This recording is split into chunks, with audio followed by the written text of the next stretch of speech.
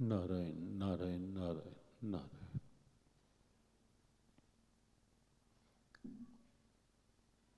पावन पुनीत कार्तिक मास आज पक्ष परिवर्तन हुआ है। आज से कार्तिक मास का एक पखवाड़ा, एक पक्ष कल अमावस और दीपोत्सव के रूप में दीपावली पर्व के साथ पूरा हुआ। आज से कार्तिक मास का शुक्ल पक्ष प्रारंभ हो रहा है। आज कार्तिक शुक्ल प्रतिपदा है और आज की यह तिथि गोवर्धन पूजा के रूप में भी हमारी एक आस्था का केंद्र है। हजारों हजारों भक्तजन आज गिरिराज महाराज के प्रति अपनी आस्था, अपनी श्रद्धा, अपना भाव परिक्रमा के रूप में व्यक्त कर रहे होंगे और लाखों लोग अपने अपने स्थान से श्री गिरिराज महाराज की कहीं मानसिक पूजा और अपने यहाँ सनातन संस्कृति में जो एक सौभाग्य हम सबको प्राप्त है कि हम अपना भाव और उस भाव को ही आकार दे करके हम अपनी आस्था प्रकट कर लेते हैं, अपनी आस्था को समर्पित कर लेते हैं। ये गौरव हमारे पास है, अर्थात हमारे सनातन धर्म में ही है। और इसीलिए अनेक स्थानों में आज के दिन गिरिराज जी महाराज का प्रतीकात्मक भाव तैयार करके अभिषेक होते हैं, पूजन होते हैं, वंदन होते हैं, प्रदक्षिणा होती है, आरती होती है, 56 भोग लगते हैं, अन्नकूट का भाव होता है। ये गरिमा है हमारी। और बहुत सीधी बात है कि गोवर्धन गिरिराज केवल कोई पर्वत नहीं है, सामान्य पर्वत नहीं है। अपने यहाँ ये गकार का भाव जो है, जैसे गंगा सामान्य जल की धारा नहीं है, भगवान के शिर चरण कमलों से निस्रित अमृत है गंगा। वो आज भी हमारी आस्था है, श्रद्धा है। और आस्थावान श्रद्धालु लोग आज भी ऐसा अनुभव भी करते हैं। कुंभ के अवसर पर कई बार ऐसे प्रश्न होते हैं कि क्या आज तक भी गंगा जी के जल में वो अमृत उपलब्ध हो सकता है, होता है, जो इतने लाखों करोड़ों लोग केवल कुंभ का एक मुहूर्त कुंभ स्नान का देख करके बिना किसी निमंत्रण के भागे चले आते हैं। तो क्या आज भी वहाँ अमृत है? निस्संदेह है, क्योंकि अपनी संस्कृति में तो विष में से भी अमृत ढूंढ लिया जाता है, पा लिया जाता है, अनुभव कर लिया जाता है। ये भारतीय आस्था की दिव्यता है। फेथ वर्क्स मिरेकल, श्रद्धा में चमत्कारिक शक्ति निस्संदेह होती है ही। तो अपने यहाँ तो भगवान शिव का ध्यान जब किया जाता है देवों के द्वारा, समुद्र मंथन से अमृत से पूर्व निकले हुए विष का पान करने के लिए, और भगवान शंकर सहज हंसते ही उस विष का पान भी कर लेते हैं। लेकिन विष का पान करते हुए, क्योंकि पहले से राम उनके कंठ में विराजित होते हैं हर समय, और इसीलिए राम के साथ लगकर वो विष भी विश्राम पा लेता है। और मानसकार लिखते हैं नाम प्रभाव जानी शिव निको। नाम का प्रभाव पूछना है तो भगवान शिव से पूछो कि नाम का प्रभाव क्या होता है। निको कि कितना अच्छा प्रभाव है। ब्रज की भाषा में भी ऐसी पदावलियां बड़े आनंद से गाई जाती हैं। आली री मोहि लागे वृंदावन निको। निको बहुत प्रिय है, बहुत अच्छा। अगर किसी ने जानना है कि नाम का प्रभाव क्या है, मानसकार कहते हैं नाम प्रभाव जान शिव निको। भगवान शिव बहुत अच्छी तरह जानते हैं नाम का प्रभाव क्या, कैसे, प्रमाण क्या।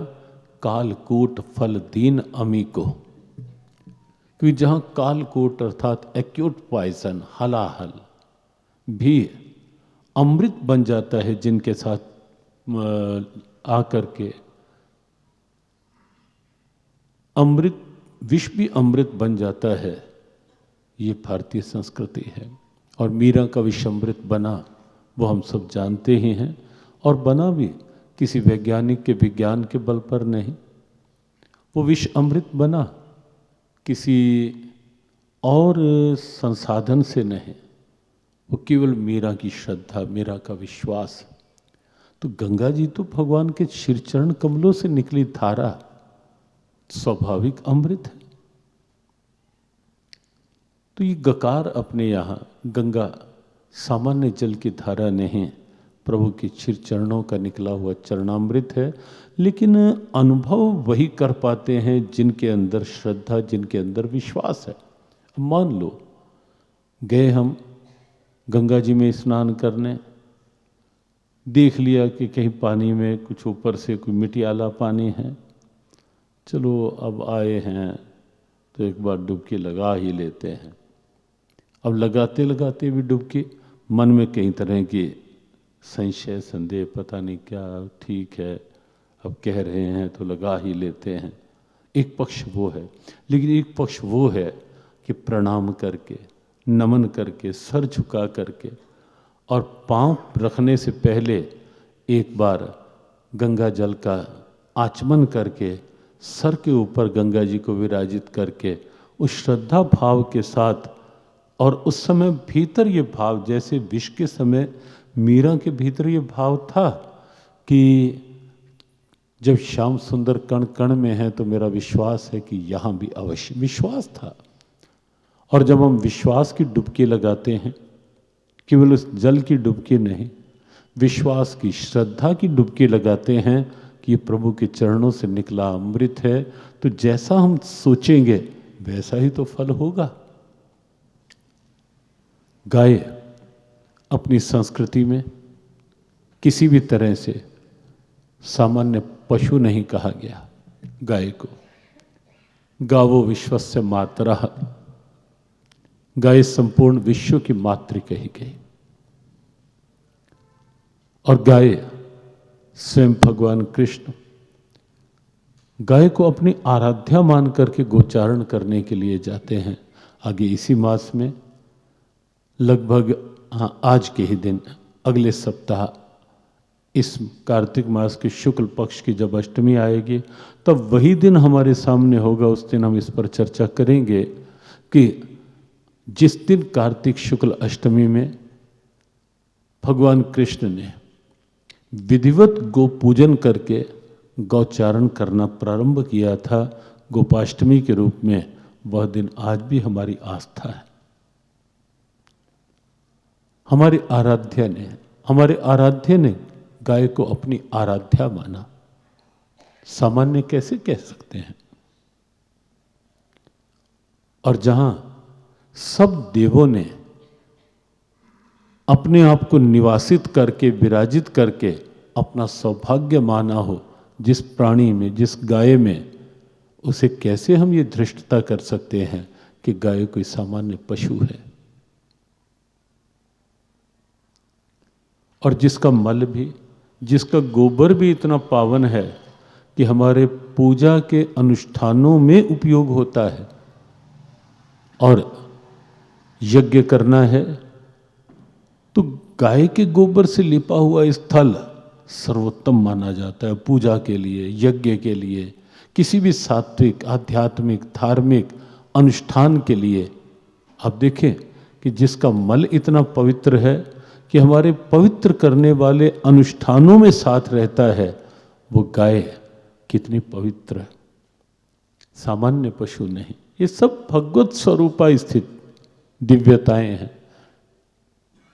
गंगा है, गाय है, गीता है, सामान्य पुस्तक थोड़े ना है। जिन शब्दों को, जिन अक्षरों को सौभाग्य मिल गया हो स्वयं श्री भगवान की वाणी से निसृत होने का, या स्वयं पद्मनाभस्य मुख पद्माद्य निसृतः। महर्षि व्यास स्वयं भगवत गीता की स्तुति लिखते हुए कहते हैं, गीता सुगीता कर्तव्य के मन्ये शास्त्र विस्तरे। ए मानव, जीवन छोटा है, क्षण भंगुर है। इस जीवन के अंदर विस्तार में अगर नहीं भी जाया जाता तो कोई आवश्यकता नहीं।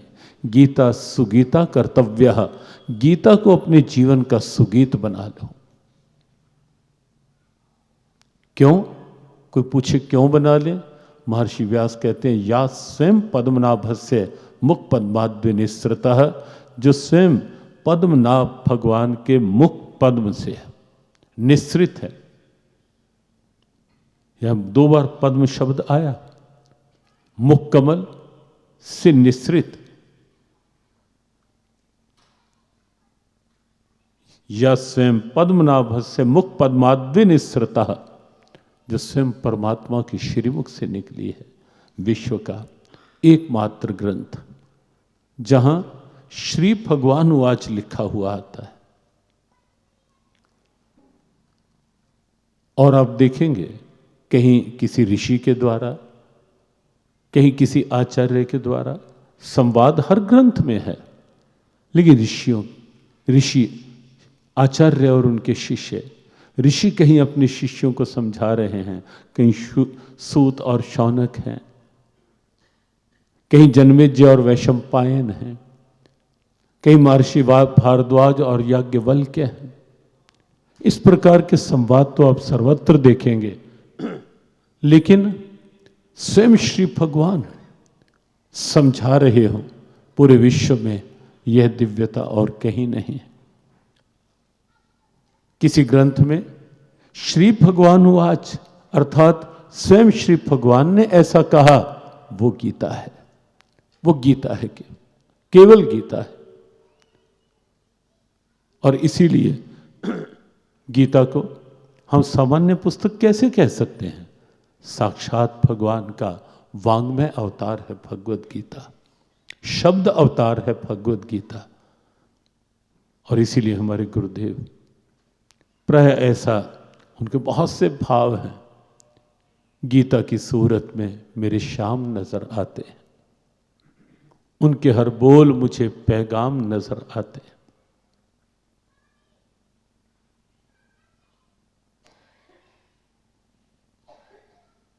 तेरी वाणी में हमें तेरा नजारा मिल गया।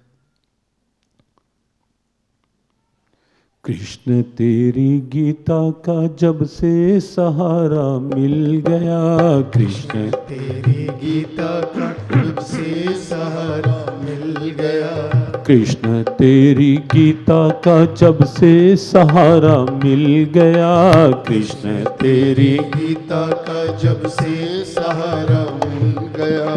भाव में डूबती नौका को जैसे किनारा मिल गया, भाव में डूबती नौका को जैसे किनारा मिल गया, भाव में डूबती नौका को जैसे किनारा मिल गया, भाव में डूबती नौका को जैसे किनारा मिल गया। हम तेरे थे तेरे हैं किंकर रहेंगे तेरे ही, हम तेरे थे तेरे हैं किंकर रहेंगे तेरे ही, हम तेरे थे तेरे हैं किंकर रहेंगे तेरे ही, हम तेरे थे तेरे हैं किंकर रहेंगे तेरे ही। तेरी वाणी में हमें तेरा नजारा मिल गया, तेरी वाणी में हम तेरा नजारा मिल गया। भव में डूबती नौका को जैसे किनारा मिल गया, भव में डूबती नौका को जैसे किनारा मिल गया। शोक मोह भय चिंता में मुरझाए रहता था सदा, शोक मोह भय चिंता में मुरझाया रहता था सदा। शोक मोह भय चिंता में मुरझाया रहता था सदा, शोक मोह भय चिंता में मुरझाया रहता था सदा। गुरुदेव ने कृपा जो की, श्रीमद् भगवद गीता हाथ में थमाकर श्रीमद् भगवद गीता की प्रेरणाएं भीतर जगा करके गुरुदेव ने कृपा जो की ये जीवन सारा खिल गया, गुरुदेव ने कृपा जो की ये जीवन सारा खिल गया। भाव में डूबती नौका को जैसे किनारा मिल गया, भाव में डूबती नौका को जैसे किनारा मिल गया। कृष्ण तेरी गीता का जब से सहारा मिल गया, कृष्ण तेरी गीता का जब से सहारा मिल गया। भाव में डूबती नौका को जैसे किनारा मिल गया, भाव में डूबती नौका को जैसे किनारा मिल गया। वो तेरी वाणी में हमें तेरा नजारा मिल गया, तेरी वाणी में हमें तेरा नजारा मिल गया।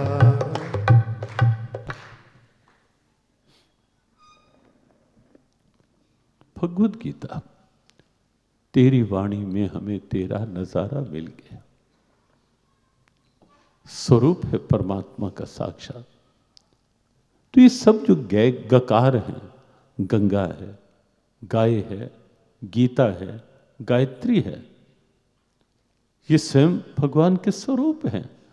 और भगवान कृष्ण ने विभूतियों में धेनु नाम अस्मि कामधुक कहा, गायों में कामधेनु मैं ही तो हूं। गंगा की बात आई तो कहा स्रोत साम अस्मि जाह्नवी, जो जल के जितने भी स्रोत हैं अर्जुन, उनमें गंगा मेरा ही रूप है, स्रोत सामस्मि जाह्नवी। और गायत्री, गायत्री छंद सामहम, जितने छंद हैं ये सब भगवद गीता में आप देखें, भगवान कहते हैं छंदों में गायत्री मेरा ही रूप है।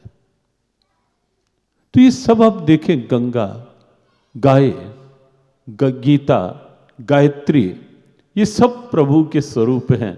और ऐसे ही गोवर्धन, गिरिराज, दोनों गैक पर शब्द हैं। गोवर्धन भी सामान्य पहाड़ नहीं, भगवान के तेज का एक विस्तारित स्वरूप। हमारा विषय नहीं है कि हम कथा के विस्तार में जाएं कि गिरिराज जी महाराज का प्रागट्य और कैसे ब्रज में गिरिराज महाराज विराजित हुए, ले जा रहे थे महर्षि अगस्त्य काशी की ओर। लेकिन स्वतः ये भाव था जब जा रहे थे कि ये स्थान वो है कि जहां कालांतर में भगवान कृष्ण रूप में प्रकट होंगे, लीलाएं होंगी, और मुझे भी सौभाग्य मिलेगा उन लीलाओं में सहभागी होने का। और गिरिराज जी वहीं विराजित हो गए। और आप सोचें कि जो लोग घर से बाजार आधा किलोमीटर चलकर जाना हो, पैदल नहीं चल पाते, हमने उन्हें भी देखा कि पैदल 21 किलोमीटर की आज भी हजारों हजारों लोग भागते भागते परिक्रमा कर रहे होते हैं। कौन खींचता है, कौन बुलाता है? क्या जड़ पहाड़? कितने पहाड़ हैं और कितने पर्वत हैं? दिखने में बहुत बड़े बड़े होंगे, गोवर्धन से सुंदर भी होंगे, कितने पर्वत, लेकिन गोवर्धन तो साक्षात प्रभु का रूप है ना। और फिर आप देखें कि जिस पर्वत को हमारे प्यारे कन्हैया ने 7 वर्ष की आयु में 7 दिन तक और 7 कोस के गिरिराज जी, आज भी 7 कोस अर्थात 21 किलोमीटर ही हैं, बाएं हाथ की कनिष्ठिका पर धारण किए रखा है। आज उन्हीं गोवर्धन की पूजा का दिन है। और ये सच में ये जो पूजा है ना, ये अहंकार रहित पुरुषार्थ की पूजा है। वह पूजा जिसमें अहंकार अलग हो जाए, जिससे अहम रहित जो पुरुषार्थ होता है उसका सम्मान है ये पूजा। देवताओं की स्थिति भगवद गीता ने बताई और ये भी कहा कि यो यो याम याम तनुम भक्त्या श्रद्धा अर्चितुम इच्छति तस्य तस्य अचलाम श्रद्धाम ताम एव विद्धाम्यहम। अर्जुन, जिस की जिस देव के प्रति भी श्रद्धा है मैं उसकी पुष्ट करता हूं, मैं उस श्रद्धा को हिलाता नहीं। ठीक है, लेकिन देव का एक अर्थ ये भी है, जैसे सुंदरकांड में आता है, कादर मन कहूं एक अधारा, देव देव आलसी पुकारा। देव अर्थात केवल भाग्य के भरोसे हाथ पर हाथ रख करके बैठे रहना, मेरे तो बस अनुकूल ही नहीं, कोई देव मेरे तो अनुकूल ही नहीं। हाँ, कई लोगों को हम देखते हैं बस पड़े रहेंगे आलस, बस हमारी तो परिस्थितियां अनुकूल ही नहीं, करें क्या। वह हमें तो लगता है अब हमारे भाग्य में ये है ही नहीं, और ऐसे पड़ जाएंगे। ऐसे भगवान कृष्ण ने कहा कि केवल देव के भरोसे नहीं बैठे रहो, अहम रहित पुरुषार्थ को आगे बढ़ाओ। गोवर्धन पूछा, और इसीलिए जब बात आती है कि इस बार गोवर्धन पूजा के रूप में सब अपने अपने यहां से लेकर के आएंगे, भोग जो इंद्र को लगते हैं वो इस बार गोवर्धन को लगेंगे। कन्हैया के एक स्वर में पूरा ब्रज पीछे हो लेता है। और आजकल के नेतृत्व करने वालों के लिए, जो किसी भी क्षेत्र में, राजनीति में तो नेतृत्व करने वाले नेता ही कहे जाते हैं, आजकल के नेताओं को बहुत बड़ी शिक्षा लेने की आवश्यकता है इन स्थितियों से, कि कहां 7 वर्ष का एक बालक एक आवाज दे रहा है कि इस बार पूजा इंद्र की नहीं, पूजा गोवर्धन की होगी, और पूरा ब्रज उस 7 वर्ष के बालक के पीछे हो लेता है। हम अगर लौकिक लीलाओं के रूप में ले कन्हैया को, पूरा ब्रज पीछे हो लेता है कि क्यों, किस कारण से। और आज क्यों नहीं वो स्थितियां रही आज के नेतृत्व में। समस्या ये है, आज काम थोड़ा करके श्रेय अधिक लेने की भावना होती है। हाँ, ये सब अधिकतर केवल मेरी प्रशंसा होती रहे, काम मैंने किया हुआ हो या ना, बस 4 लोग आकर इधर उधर बैठ कर कह दें आपने तो कमाल कर दिया, बस उतना ही। काम ना करके श्रेय लेने की भावना, या थोड़ा करके बहुत अधिक श्रेय लेने की भावना आज की एक कमजोरी बनती जा रही है राजनीति की। और जिस कारण से जो एक स्वाभाविक भाव होता था प्रजा का, वो लुप्त गुप्त सा होता दिखाई दे रहा है। और कन्हैया क्यों नेतृत्व की ऐसी बड़ी क्षमता पाई, बड़े बड़े काम किए, अद्भुत कार्य किए, विलक्षण कार्य किए, अकल्पनीय कार्य उन्होंने किए जीवन में, लेकिन कभी भी श्रेय नहीं लिया। जब श्रेय की बात आती, जब ग्वाल बाल मिलकर ये कहने लगते कि कन्हैया तूने ये कैसे कर दिया, नहीं सखाओ मैंने नहीं किया, हर बात में मैंने नहीं किया। अब देखें, गोवर्धन में किसी का की सहायता थी क्या, किसी का के वश का था? चौथे दिन जब हजारों ग्वाल बालों ने ये कहा कि कान्हा तो थक गया है गो, थक गया होगा कान्हा, तो ऐसा कर न एक आराम कर ले।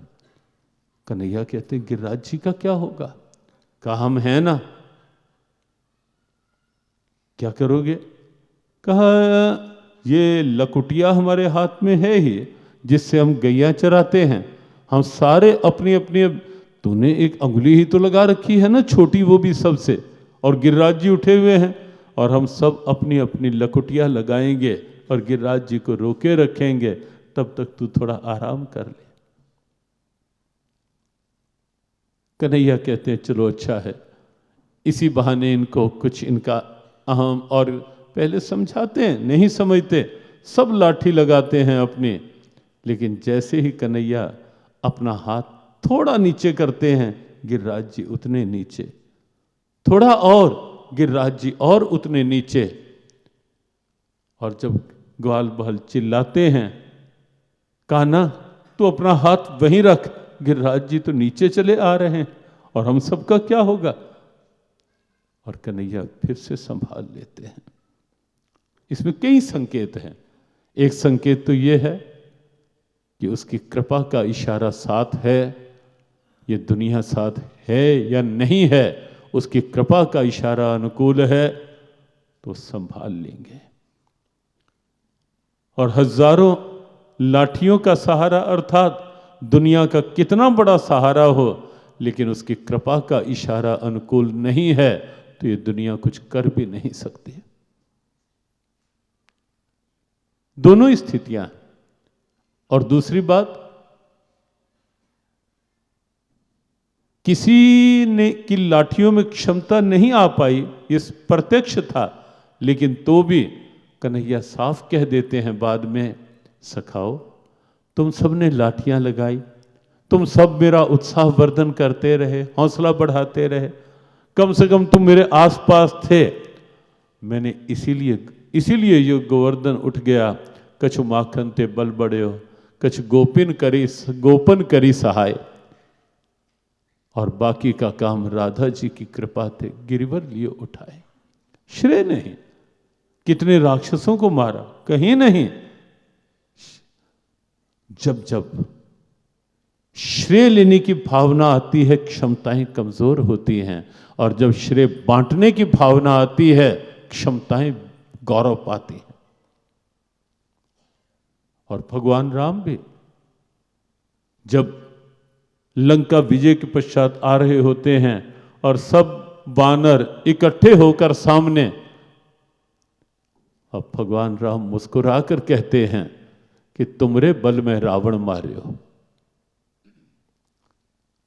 अब देखें, तुमरे बल में रावण मारे हो, ये तो तुम्हारा बल साथ था, इसलिए मैं रावण पर विजय प्राप्त कर सका। अहम नहीं, ईगो नहीं। हम थोड़ा सा काम करके सेवा भी कहीं करें, थोड़ी सी सेवा कर लें यदि, हाँ यहाँ वालों में तो फिर भी निरीक्षण कर लेना चाहिए, सेवा कर लें, मैं अगर बस गुरु जी के आमने सामने रहें बस वो ठीक है, उसके बाद कहीं इधर उधर नहीं कि सेवा की और पता ही ना किसी लगा किसी को, तो सेवा का क्या अर्थ हुआ? हमारे मन में तो यही होता है ना कि बस सेवा की है तो थोड़ा पता तो चले सबको कि मैंने इतनी सेवा की है। लेकिन हमारे प्रभु अवतार लेकर आते हैं और स्वयं आप देखें, राम अवतार, तुमरे बल में रावण मार, दूसरे को यश ही देना है ना। हम कई बार ये होता है, कोई काम कर भी रहा होगा, ऐसी स्थिति बना देंगे कि वो काम छोड़कर ही भाग जाए।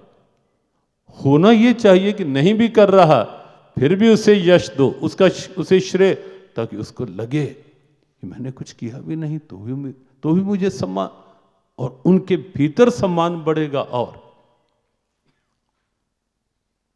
श्रेय लेने की भावना जहां होती है वहां क्षमताएं कमजोर होती हैं, और जहां श्रेय बांटने की भावना होती है वहां क्षमताएं उदारता पूर्वक विकसित होती हैं।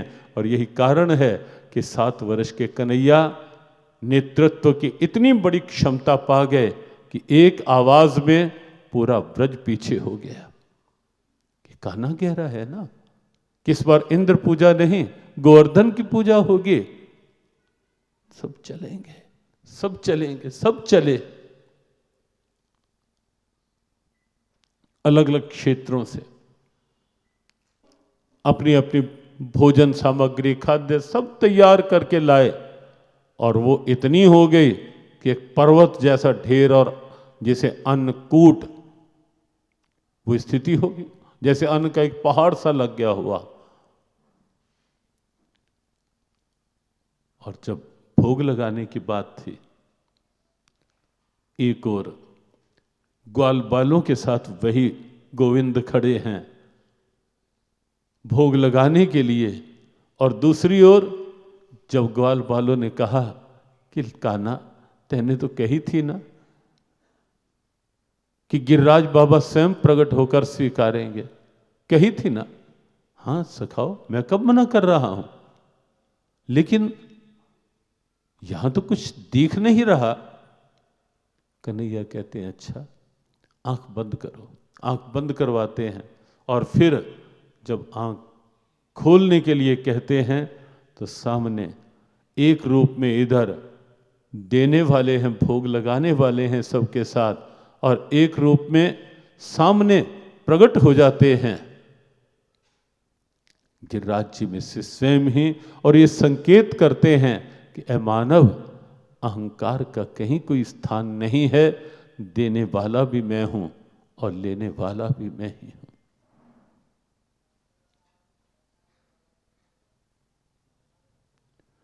तू जो कहे कि मैं हूं, हमारे गुरुदेव गुनगुनाते थे, तू जो कहे कि मैं हूं झूठी है बात तेरी, क्योंकि वो ही बनाने वाला, वो ही मिटाने वाला। बनाने वाला भी वही, मिटाने वाला भी वही, लेने वाला भी वही, देने वाला भी है वही। और इसलिए जब जब भी हम प्रभु के आगे कोई भोग लगाते हैं, हमने कभी भी ये नहीं कहा कि मेरा तुझको सौंपते क्या लागत है मोर। कभी कहा किसी ने क्या? या ये कहा कभी कि मेरी वस्तु तेरे अर्पण? क्या कहा? तेरी वस्तु तेरे अर्पण, त्वदीय वस्तु गोविंद तुभ्यमेव समर्पये। आपकी वस्तु आपके अर्पण, चरणों में अर्पित है। इसको सुभद्रा कुमारी चौहान का भाव, चरणों में अर्पित है इसको, चाहो तो स्वीकार करो, यह तो वस्तु तुम्हारी ही है, ठुकरा दो या प्यार करो।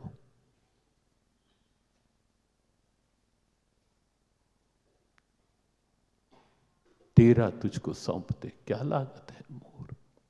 देने वाला भी वही, लेने वाला भी वही, अहम का स्थान नहीं। और इसीलिए गोवर्धन पूजा के वैसे ढेरों अर्थ हैं। गोवर्धन गौवंश के संवर्धन के रूप में, क्योंकि कन्हैया के गोचारण की भूमि भी वही गिरिराज जी के क्षेत्र में आसपास गोचारण भी खूब, गौ संवर्धन भी, कहीं ना कहीं गो इंद्रियों को भी कहते हैं। गोपी जो हर इंद्रिय से कृष्ण रस पीती है, इंद्रियों की तुष्टि, और इंद्रियों की तुष्टि भी वो केवल खाने पीने से नहीं होगी, केवल एनर्जी ड्रिंक लेने से नहीं होगी। आजकल ये जो शब्द इम्यूनिटी, कुछ शब्द ऐसे अपने प्रचलित, अच्छी बात है इम्यूनिटी बढ़े, लेकिन उस इम्यूनिटी के नाम पर कितनों ने अपने अपने धंधे कैसे कैसे हमारा ये इम्यूनिटी बूस्टिंग, ये such and such so and so, उस शब्द को ले लिया। लेकिन वास्तविक इंद्रियों की इम्यूनिटी जो है बढ़ सकती है, बढ़ती है। अब नेत्रों में, अब ये हमारा प्राकृतिक चिकित्सा विज्ञान, आयुर्वेद विज्ञान और अपना शारीरिक विज्ञान, हर दृष्टि से अब नेत्रों को सूर्य जो भगवान के तेज का अंश है, प्रातःकाल अपल की यदि त्राटक करें, जिस समय सूर्य उदय हो रहा हो, और कुछ क्षण बिल्कुल ध्यान का भी बड़ा अद्भुत उसमें आनंद रहता है, और जो ऊर्जा होती है उस समय की, वो नेत्रों के लिए बहुत पुष्टिवर्धक होती है। और वैसे भी भोजन वही है, स्वाद मानकर खाओ या प्रसाद मान करके खाओ, भाव बदलना है। अध्यात्म के साथ जुड़ेंगे तो ही पुष्टि होगी। गोवर्धन, और गोवर्धन अहम रहित पुरुषार्थ की पूजा, अहम रहित, और संयोग से हमारा जो श्लोक का क्रम है वो भी अहम रहित कर्म करने की भाव का ही है। इस अध्याय का 12वें अध्याय का 6ठा श्लोक, ये तो सर्वाणि कर्माणि मयि सन्न्यस्य मत्परः अनन्यनैव योगेन माम ध्यायन्त उपासते। अर्जुन, जो सब प्रकार के कर्म, सब कर्म, ये तो सर्वाणि कर्माणि मयि सन्न्यस्य, मेरे अर्पण कर देता है। मयि सन्न्यस्य मत्परः, मेरे प्रायण होकर हर कर्म मेरे अर्पण करता जाता है। ये शब्द गीता जी में 18वें अध्याय में भी 57वें श्लोक में आया है, बिल्कुल यही शब्द, चेतसा सर्वकर्माणि मयि सन्न्यस्य मत्परः, वहां भी यही शब्द, मयि सन्न्यस्य मत्परः। और एक स्थान पर और भी, 3रे अध्याय में एक श्लोक, 30वां श्लोक, मयि सर्वाणि कर्माणि, थोड़ा सा शब्द का अंतर है वहां, मयि सर्वाणि कर्माणि सन्न्यस्य अध्यात्म चेतसा, जो चित्त को अध्यात्म में लगाकर मयि सर्वाणि कर्माणि सन्न्यस्य, सब कर्म, और तीनों जगह दो शब्द, तीनों जगह सर्वाणि कर्माणि सन्न्यस्य, तीनों जगह कर्माणि अपने आप में बहुवचन है, लेकिन सर्वाणि साथ लगा दिया विशेषण, कि सब प्रकार के जितने भी कर्म हैं जो मेरे अर्पण कर देता है। ये तो सर्वाणि कर्माणि मयि सन्न्यस्य मत्परः, मेरे अर्पण कर देता है। और भगवद गीता में ये जो समर्पण की भाषा है, समर्पण का भाव है भगवद गीता में, ये वस्तुतः केवल सर झुका देना ही समर्पण ने, यद्यपि ये सर भी, सर का गौरव भी अकड़ने में नहीं है, इस सर का गौरव भी प्रभु के चरणों में झुकने में।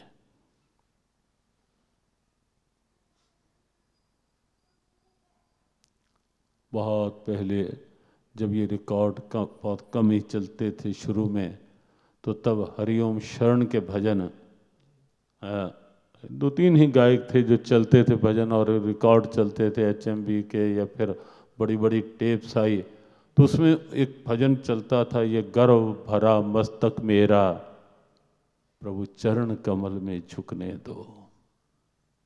ये गर्व भरा मस्तक मेरा,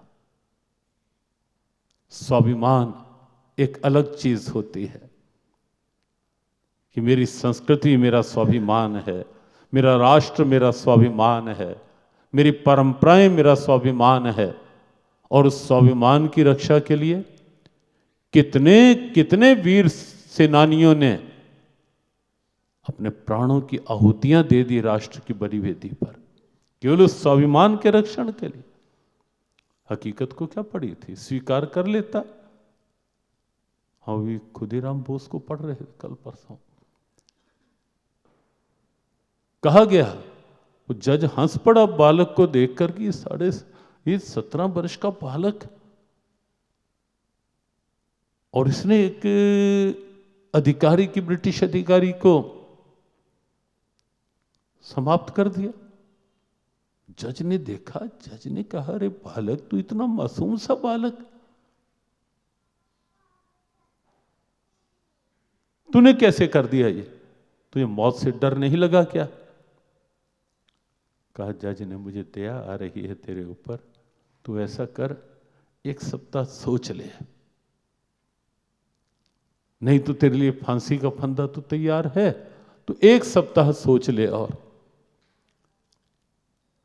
अगर तू क्षमा मांग लेगा, अपनी गलती स्वीकार कर लेगा, तो फिर मैं विचार कर सकता हूं फांसी की सजा ना मिले।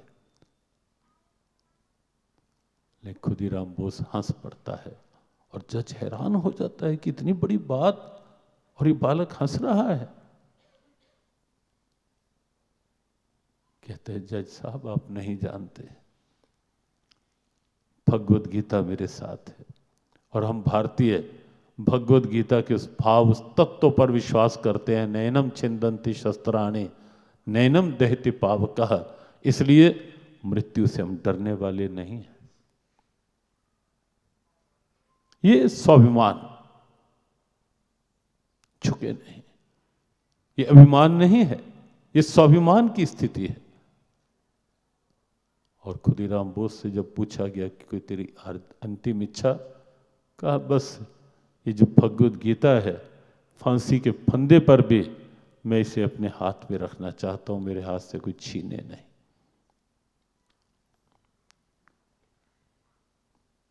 और हाथ में थी गीता तब भी, और फांसी के फंदे को देखकर फिर वो बालक खिलखिलाता है और ऊंचे स्वर में वंदे मातरम बोलकर गीता को दिखा करके। तो स्वाभिमान एक चीज है, लेकिन अभिमान अलग चीज है, अहंकार, ईगो। समर्पण क्या है? अहम का विसर्जन ही समर्पण है। कोई भी कर्म है वो अहम रहित होकर करना, समर्पण अपने आप सिद्ध होने लगेगा। मैं नहीं कर रहा, कृपा से हो रहा है, बस इतनी सी बात है। और ये की कल्पना थोड़े ना है। क्या कोई भी कह सकता है कि ये कोई काल्पनिक स्थिति है या केवल व्यासपीठ पर बैठने वालों की शाब्दिक प्रवंचना है? या केवल क्या कि सब कुछ प्रभु कर रहे हैं, करवा रहे हैं? अरे भाई वास्तविकता है। शरीर को कौन चला रहा है? प्रकृति को कौन चला रहा है? पूरी प्रकृति में चेतना किसकी? और पूरे शरीर के अंदर जितना सिस्टम, हजारों हजारों नाड़ियां लगातार काम कर रही हैं, दिन में रात में, सोते जगते, बिना एक क्षण के विश्राम के, सब नाड़ियां अपना कार्य कर रही हैं। कौन करवा रहा है अंदर? वही चेतना। ना मैं हूं ना है कुछ मेरा, जो कुछ है सब तू और तेरा। ना मैं हूं ना है कुछ मेरा, जो कुछ है सब तू और तेरा। ना मैं हूं ना है कुछ मेरा, जो कुछ है सब तू और तेरा। ना मैं हूं ना है कुछ मेरा, जो कुछ है सब तू और तेरा। बिन तेरे कहीं कुछ ना पाया, तू ही तू, तू ही तू। बिन तेरे कहीं कुछ ना पाया, तू ही तू, तू ही तू। बिन तेरे कहीं कुछ ना पाया, तू ही तू, तू ही तू। बिन तेरे कहीं कुछ ना पाया, तू ही तू, तू ही तू। जग रचना सब तेरी माया, तू ही तू, तू ही तू। जग रचना सब तेरी माया, तू ही तू, तू ही तू। तू ही धरती तू आकाश, तू ही धरती तू आकाश। कण कण में है तेरा वास, कण कण में है तेरा वास। गीता ज्ञान ने ये समझाया, तू ही तू, तू ही तू। गीता ज्ञान ने ये समझाया, तू ही तू, तू ही तू। तू ही परम पुरुष अविनाशी, अंतर्यामी घट घट वासी। तू ही परम पुरुष अविनाशी, अंतर्यामी घट घट वासी। तू ही परम पुरुष अविनाशी, अंतर्यामी घट घट वासी। तू ही परम परम पुरुष अविनाशी, अंतर्यामी घट घट वासी। किंकर भेद ये जान न पाया, तू ही तू, तू ही तू। किंकर भेद ये जान न पाया, तू ही तू, तू ही तू।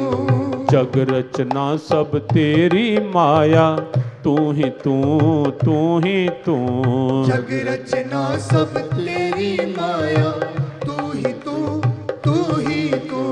कण कण में तू, कण कण में है तू ही समाया, तू ही तू, तू ही तू।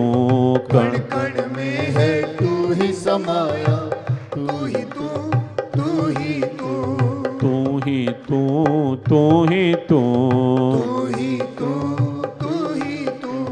तू ही तू, तू ही तू। तू ही तू, तू ही तू। तू ही तू, तू ही तू। तू ही तू, तू ही तू। तू ही तू, तू ही तू। तू ही तू। तू ही तू। तू ही तू, तू ही तू। तू ही तू। तू ही तू। तू ही तू, तू ही तू। तू ही तू। तू ही तू। तू ही तू, तू ही तू। तू ही तू। तू ही तू। तू ही तू। तू ही तू।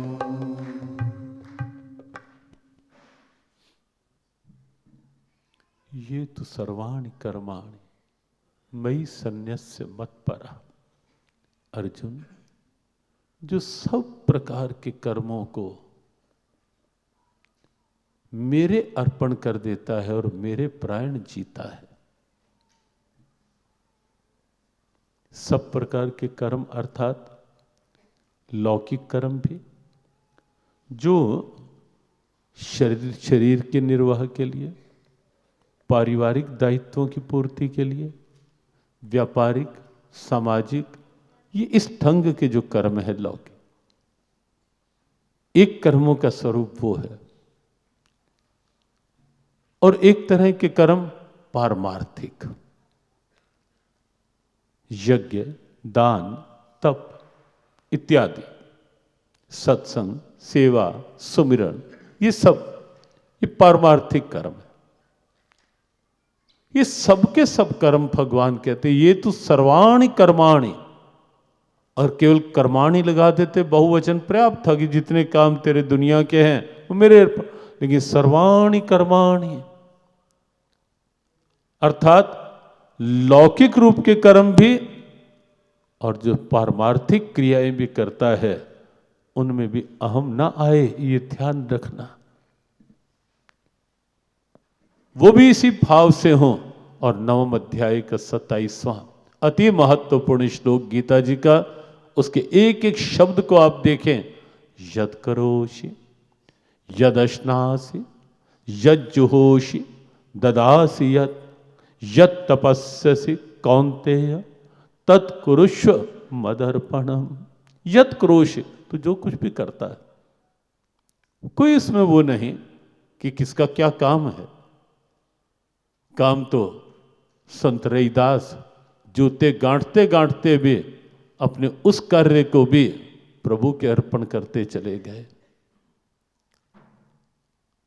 कबीर कपड़ा बुनते बुनते उस काम को भी प्रभु के भाव में करते रहे, और शरीर से वो कपड़ा बुन रहे हैं और मन को अंदर ही अंदर प्रभु के प्रेम में, प्रभु के भाव में बुनते चले जा रहे हैं। एक ताना बाना वो चल रहा है, एक ताना बाना बाहर चल रहा है कपड़े के लिए, और एक ताना बाना अंदर चल रहा है मन के विचार बुने जा रहे हैं प्रभु के संग।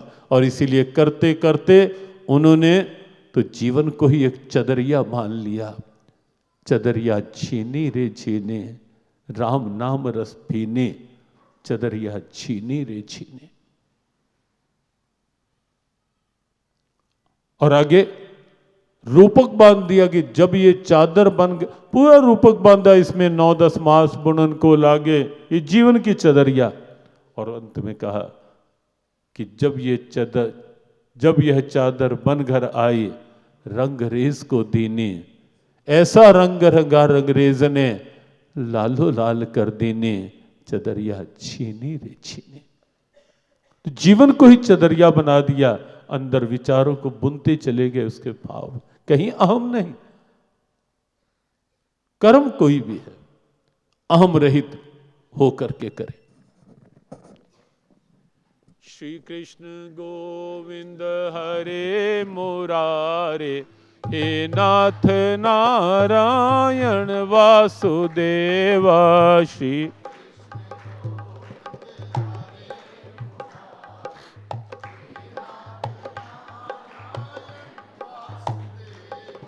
श्री कृष्ण गोविंद हरे मुरारे, हे नाथ नारायण वासुदेवा।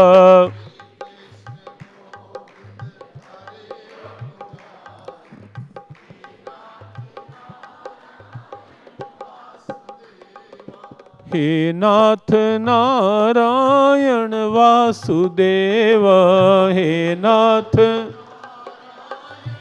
वासुदेवा, हे नाथ नारायण वासुदेवा, हे नाथ नारायण वासुदेवा। सर्वाणि कर्माणि मयि सन्न्यस्य मत्परः। सब तरह के कर्म। और जो श्लोक लिया जा रहा था, यत् क्रोश यदश्नास यत् जुहोश ददास यत् तपस्यसि कौन्तेय तत्कुरुष्व मदर्पणम। तो जो कुछ भी करता है व्यवहारिक अपने काम, जो खाता है वह भी मेरे अर्पण कर, कि तेरा दिया हुआ खा रहा हूं प्रभु। क्या लगता है ये सोचने में और ये भाव बनाने में, या ये सच्चाई स्वीकार करने में कि प्रभु तेरा दिया हुआ ही तो खा रहा हूं। समर्पण हो जाएगा। यज्जुहोषी, तो जो कुछ हवन इत्यादि करता है, ददासियत, जो दान देता है, यत तपस्यसि, जो भी तप की क्रियाएं, सब कुछ ले लिया इस एक श्लोक में। तत्कुरुष्व मदर्पणम, वो सब कुछ तो मेरे अर्पण कर पार्थ। सर्वाणि कर्माणि मयि सन्न्यस्य मत्परः। ये समर्पण भाव गीता जी की दिव्यता है।